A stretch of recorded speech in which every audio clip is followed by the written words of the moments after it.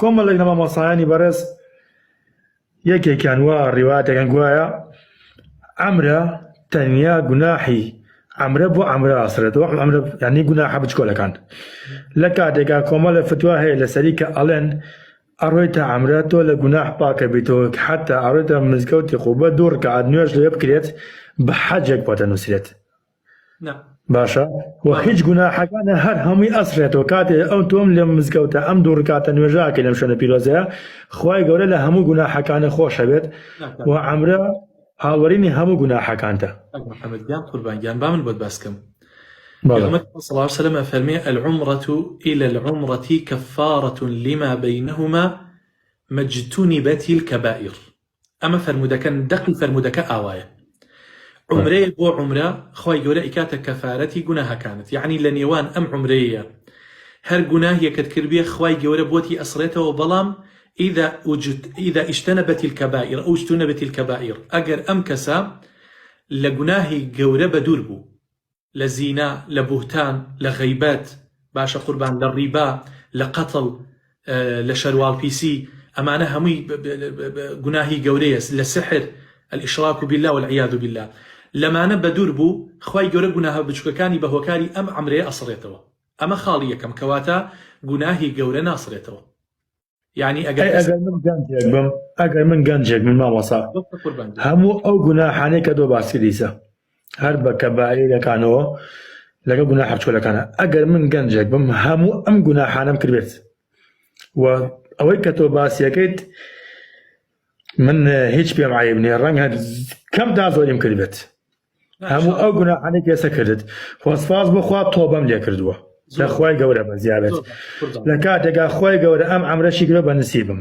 کە ئاڵێن ئەگەر تۆ هەموو گوناحە کەبائیرەکان شکر بێت لەگەڵ یا تۆبەت کرد چوویتە عەمرە هیچ گوناحێک لەسەر نامێنێت لە کاتێکیشان تەنها گوناحە بچکۆلەکان ئەڕوات. التوبة تجب ما قبلها. توبة تاوانەکانی پێش خۆی ئەسڕێتەوە یعنی ئەگەر 40 ساڵی تەمەنت 50 ساڵی تەمەنت گوناهت کرد بێت کە تەوبەت کرد یەک جاری تەوبەیەکی نەسوح نەگەڕایتەوە سەری زۆر پەشیمان بووی بۆ خوای گەورە خۆت یەکلا کردە و دەست کرد بە عەمەلی ساڵح خوای گەورە چاوپۆشی لەو هەموو گوناهاتەکە ئەگە نەشی بۆ عومرە کەواتە عومرەکردن قوربانگیان عومرەکردن بۆ سڕینەوەی تاوانی بچووکە بەڵام تەوبەکردن لە ماڵەکەی خۆتە لە بینی خۆت و خوایە تەوبە بکە وازە تاوانەکانت بێنە ئەمە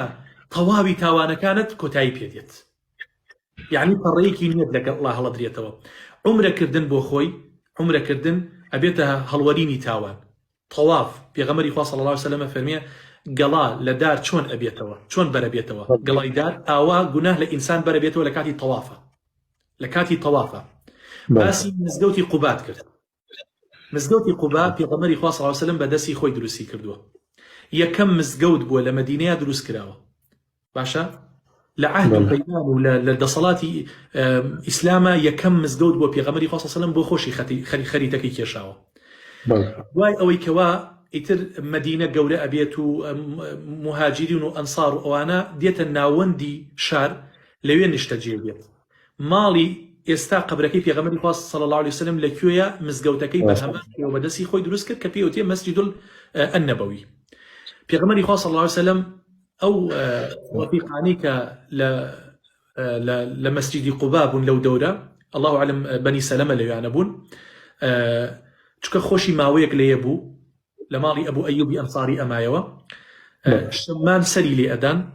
پێش ئەوەی بڕوا سەردانی ئەوان بکە ئەچووە مەسجد القوبا مەسجدی قوبا لەوێ لە مزگەوتی قوبا دوور کاتی نوێژی چێشتەنگاویە کرد